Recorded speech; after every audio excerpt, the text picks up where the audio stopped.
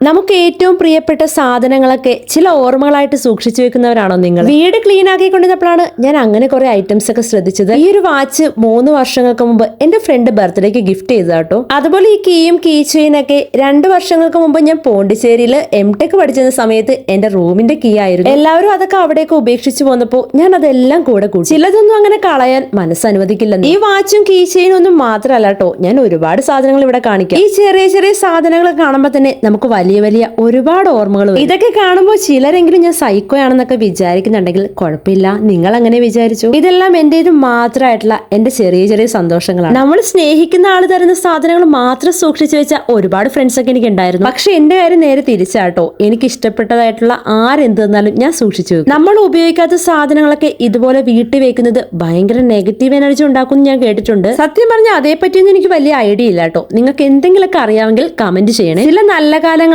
ഇതുപോലെ ഇടയ്ക്കിടയ്ക്ക് ഓർമ്മിപ്പിക്കാൻ വേണ്ടി ഒരു മിഠായി കവറിന് പോലും പറ്റൂന്നേ. ഇതുപോലെ ചിന്തിക്കുന്ന എന്നെ പോലുള്ള ഒരുപാട് പേരുണ്ടെന്നാണ് ഞാൻ വിചാരിക്കുന്നത്. എന്താണെങ്കിലും നമുക്ക് കമന്റ് ബോക്സിൽ കാണാട്ടോ.